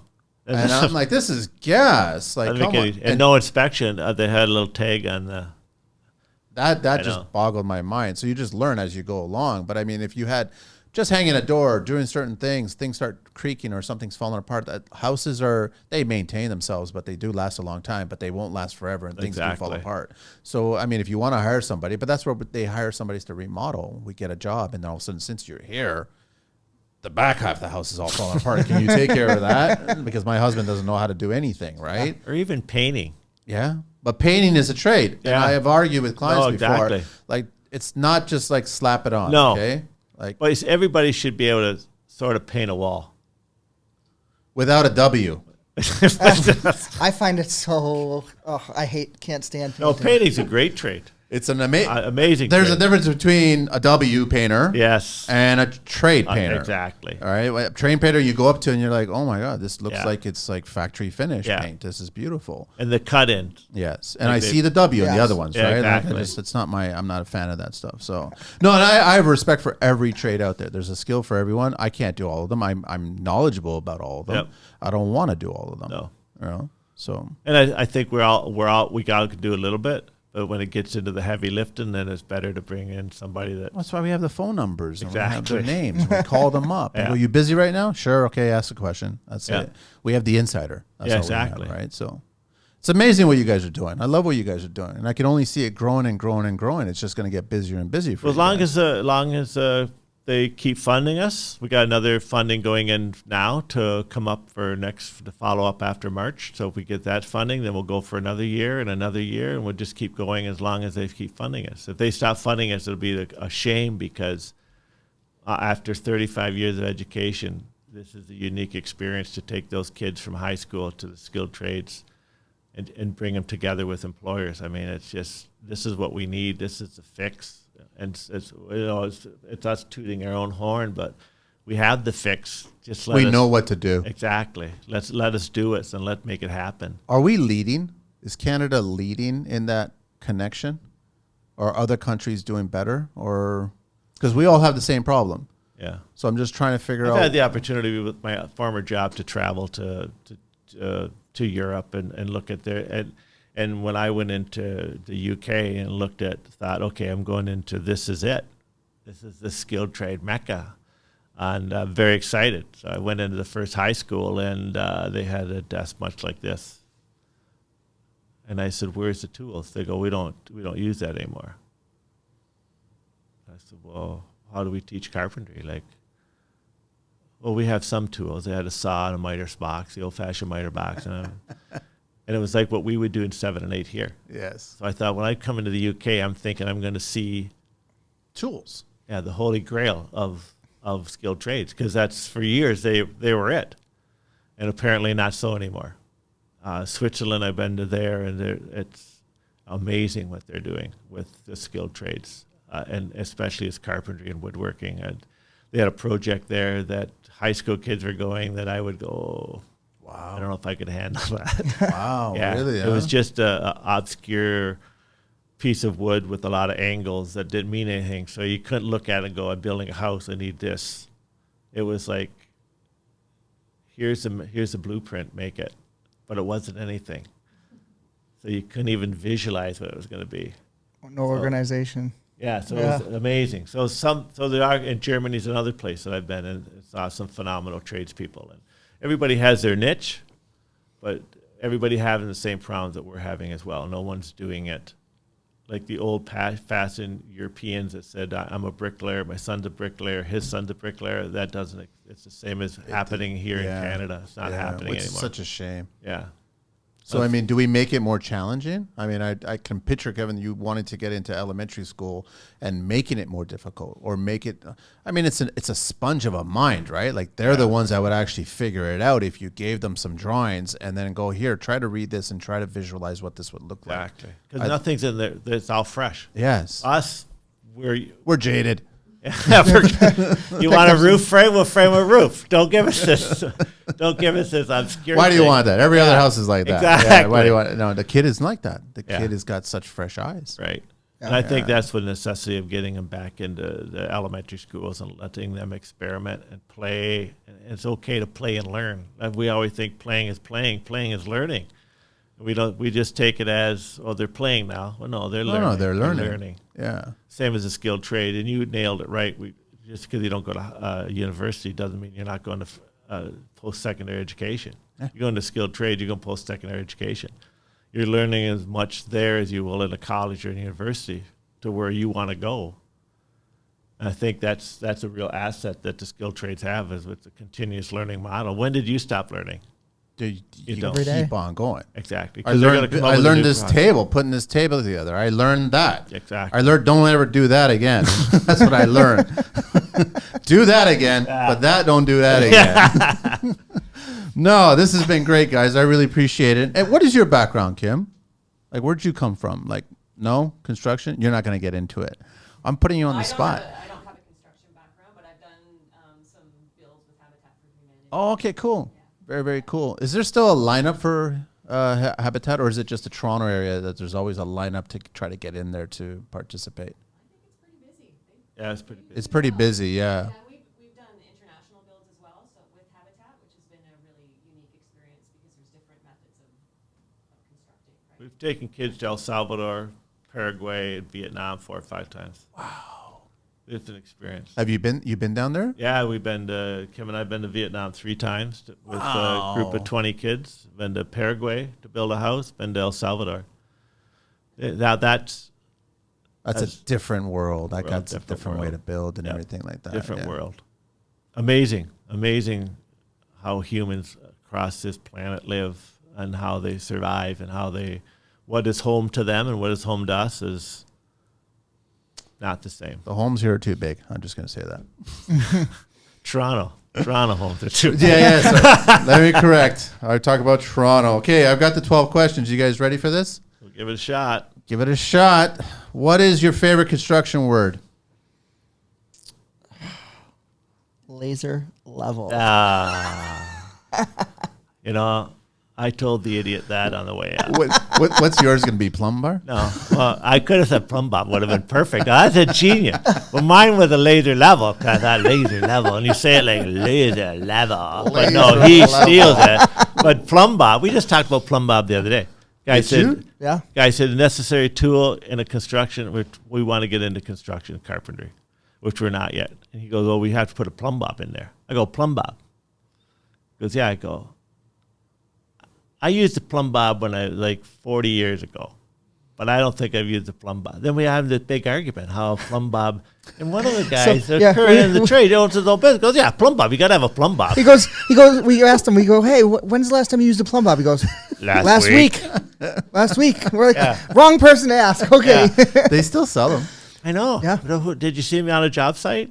No, you'll never see them on a job site. See, this guy did. Yeah. He was an electrician. He goes, you can't get. I go, why don't you use a laser level? He goes, not as accurate as a plumb bob. This is a young guy. So we made fun of him for half an hour. Is it as accurate? I don't. He says. He said, well, what if what if the laser level has been dropped? He goes, it's going to give you a false reading. You can recalibrate. I said, I go, what if it was brand new? He goes, okay, yeah, you could use the laser. You're supposed to calibrate it anyway. Yeah. Either way, but. So that was a conversation. So plumb bob actually works out perfectly. So all you young guys and girls, look it up, and you'll know what we're talking about. And you may not understand what it is, but it does work. And $3.95 at your local hardware store. What is your least favorite construction word? Well, we got one now that one of our instructors always says, and he yells it out, and everybody's hysteric. He goes, "You idiot, you!" So that's become one of our. So right now, around the shop, everybody, "You idiot! How could you let that happen?" So that's becoming our. And I think growing up when I was in the trade, my tradesman said, how stupid can one person be? That was another one that I heard quite a bit. That's never heard on exactly. Never, ever heard. That was years ago. They don't do that anymore, Manny. No. What's yours, Josh? Shovel, yeah, because usually if somebody tells you to go get the shovel, you know what you're going to be doing. Which, it's not bad, but it's got to be done. Hey. It's hard. And nobody likes to shovel. Nobody likes to do it. But it's got to be done. I had a former boss, we had to pick up every tool on the site except for the shovels. He goes, anybody that would steal the shovel deserves to have a shovel. He goes. Gentlemen, what turns you on in construction? The satisfaction. Just the pure pride and satisfaction. You know, at the end of the day, like I even take my trade home, you know, even at your house, like I can't sit down and just do nothing or watch a movie. Like I have to be doing something. I have to see something. Don't you hate that though? Like you want to start something, but you know how long that finish line is. And so you can't start it until you know that you'll get to the finish. And I know I won't get to the finish line that day, but you know what? An hour today is an hour less I have to do tomorrow. It's true. Yeah. Very, very true. That's why it takes you 7 years to remodel your own house and 7 weeks to remodel somebody else's. Done perfectly. Yeah. Sometimes using scrap from other places. Don't throw that out in the truck. What's yours, Kevin? Yeah, give me the answer one more time, man. What turns you on in construction? I think what Josh says. I think there's two things. Standing back at the end of the day going, I drive around town of Fort Erie and Ridgeway where we live, and I've been doing it for 40 years, 60 years, I guess. And I go to Kim. You're a young guy still. I built that. I did that. That's my restaurant. I remodeled that. That's fine. See that eavestrough? I hung that. Yeah. See that side? You know, so those are all pieces that I rent. And I also think after that, then going into education and teaching skilled trades, that spark. You know, you see the spark in the kid's eye, you know, okay, this guy's going to make it, you know. And I taught, at one point in my career, I taught technical theater, which was likely the coolest thing in the world to teach. You know, you're designing, you're building, there's nothing like you do. You challenged. All the skilled trades, yeah, and plus the artistic piece on top of it. So and I say like 20 of my 25, 30 of my students are now in that trade. So it's kind of cool to step back and go, yeah, it's a good feeling. Yeah, it is a good feeling that they followed on. What turns you off, gentlemen? Rain. Back in the old days, not getting paid. There's nothing worse than finishing a job. Back in the old days, you mean last week? Is that like, I don't know. That kills you. You've put your whole heart and soul into something, and you're proud of it, and you knock on the door the next day with your bill. Part of the business, but there's ways of avoiding it. Yeah. And they're doing better now. Yes. They're getting pieces of it along the way. We never did that. We just hoped for the best and trusted people and never had contracts. In a small town, you don't do that. You just go in and do your best, and then A handshake's a handshake. handshake, That's how it should. That's how it should be. We had Phil from Heavy Duty Homes who just expanded from Toronto to building properties in Miami and LA now, and he actually shared his payment structure, and he doesn't have a final payment anymore. He actually takes a draw as soon as the drywall starts, and that's the final draw, and then they do the work. Oh, seriously? Yeah, there's no final payment when the work is all done. He's incorporated into the actual payment process, and I'm like, it's clever. Genius. And I've had another guy, Ty from Nickel General. He actually offered it all post-dated checks throughout the whole project. It's all given on the first day when you sign the contract. So everyone knows exactly when the milestones are going to come out and all the checks are all ready. And he's never had a problem. He's been doing it for 17 years. Did you ever do that job where everything is perfect, the customer's happy until payday, and they say, "Oh, what about this drywall here?" Which job isn't that? Yeah. It's always a conversation. I said those are good avenues for young people to follow to get your money up front. No, it's smarter. It just saves it protects both sides. But that's what the difference between a skilled tradesman and a businessman is. And that's start to learn. Exactly. You start to learn. That's what you have to learn. Yeah. What's your favorite curse word, gentlemen? Favorite curse word? I've been stupid bastard comes to mind a few times. That's a good one. Yeah.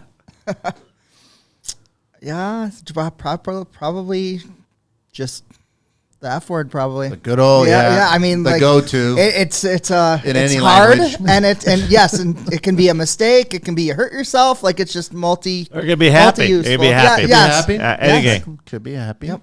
What is your favorite vehicle in the entire world? Anything at all, not necessarily construction related. I got mine. I got it. I bought it after wanting it since I was 16 years old. I bought it 2 years ago, 1948 Dodge Fargo pickup truck that my grandfather and my dad both had. So I know I've got one. I paid a ton of money for it. It sits in the garage, and Kim goes, "You only drive it twice a year." I go, "That's all I needed." It wasn't about driving it, it was about having it. What's it sound like? Magic? It's 100% original. What color? It's like a off gray, a Porsche, Yeah, a light Porsche gray. gray, light gray. I'm jealous. I think it's the most beautiful thing in the world, other than, I'm jealous. I was just kidding. But it's, I love it. I'm happy for it. It's, you find something that you wanted since you were 16, and my son finds it next door to his house practically.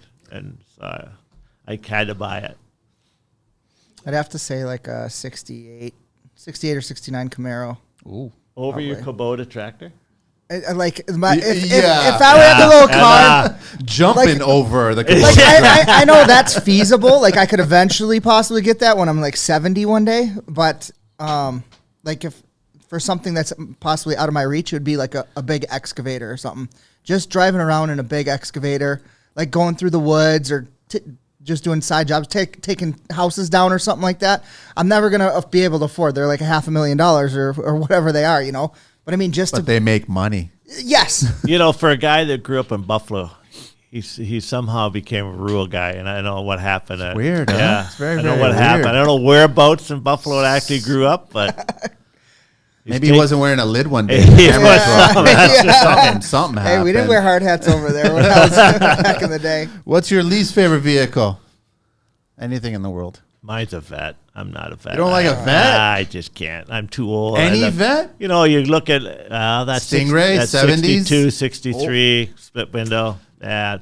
But you know what? Worst thing to see, a guy like my age, 66, gray hair, old chubby, sitting in a vet, thinking he's 19. I can't do it. I don't want it. I can't With do the gold it. chain. A gold chain. I can't do If it. I saw you, I'd be like, that's me. I'd have to say a smart car. I Yeah, think that's they been are expressed the a few times. Stupidest things. Like how unsafe. Do you really value your life? You're probably safer on a motorcycle in the snow. It's your legs you don't value in a smart car. What construction sound or noise do you guys love? The compressor. Because when it shuts off, it's cleaning up time. Skill saw cutting a 2x12 floor joist. Or I guess Not binding.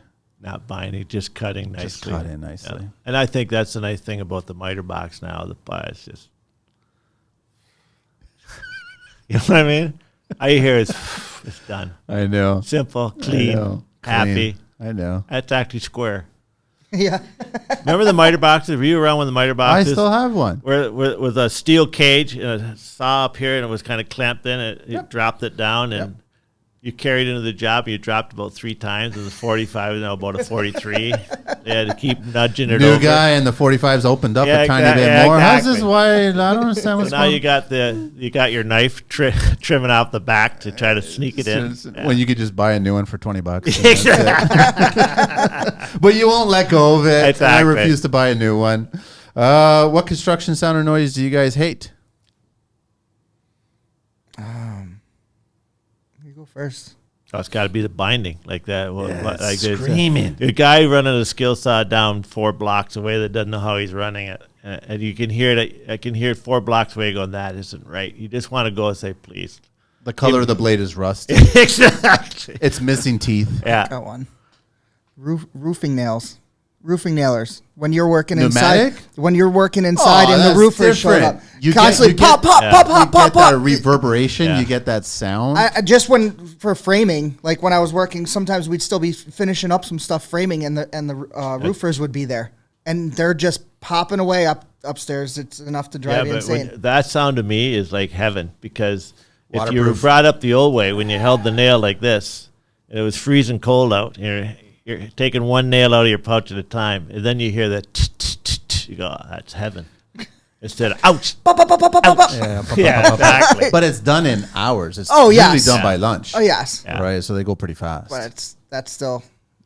Oh, yeah. What profession other than your own, guys, would you like to attempt one day? Well, you guys had a few professions. I think so- I got lucky, got mine, because I did the skilled trade and the teaching. So, Nice. and now I'm doing this, and I think this puts I see. cherry on top of the cake right now. A heavy machinery operator.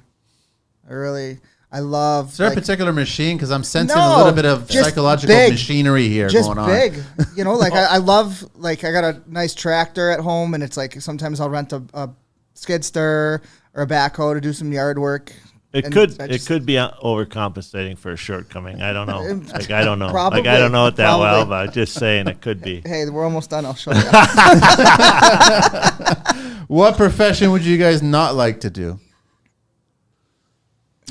I could be a doctor. I couldn't do blood. I couldn't do nursing. I couldn't do anything that required me being passionate to another person. That's why you're in construction. That's right. Yeah, I would say like a lawyer or something. I don't like reading all those books and having to know the codes and. But we have that in We have construction. yes we have that, but it's a much the green smaller. book? See It's the a green much book there? smaller book. It's a much smaller book.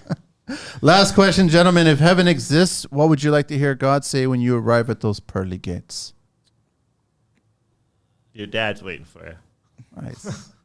Nice. Welcome. Gentlemen, this has been a Or pleasure. what the hell are you doing here? That's what your dad tells you. Yeah. Gentlemen, I really appreciate it. Thank you so much, Kim, for setting this up and getting these fine gentlemen on the show here. And hopefully maybe one day you guys come back and you get on the microphone. Maybe. She's the one that knows all the facts and figures, so she should be here. So everyone could just reach out to her and send her an email. That's right. One last time, everybody, www.toolsinthetrades.ca. Reach Kevin at kevin.graham at toolsinthetrades.ca. And Josh is at josh.wells at toolsinthetrades.ca and all over social media. You guys will find it, man. Good luck with all that. I gotta have to pass by. I want to pass by one of them and Oh, we check want out. you there, man. Totally Yeah. would love to be there and hang Love out you for a there. bit and see what's going on. And don't want anybody ask me any questions. We could put you on tools. So. Ask me as many questions as possible. I get questions all the time, and I'll answer them. You know, so Great. it's all legit. Yeah, you're I'd welcome love to to any have you. camp. We'll send you a list. You're Perfect. Any Thank you camp so you want much. to come, you're in. Yeah, I'm looking forward to getting a hoodie and some stuff, and Got we'll go it. from there, man. Thanks, guys. Thanks, Angelina, so much. Really appreciate it. We are out of here. That's it. We're Thank done. you. Thank you. Woo!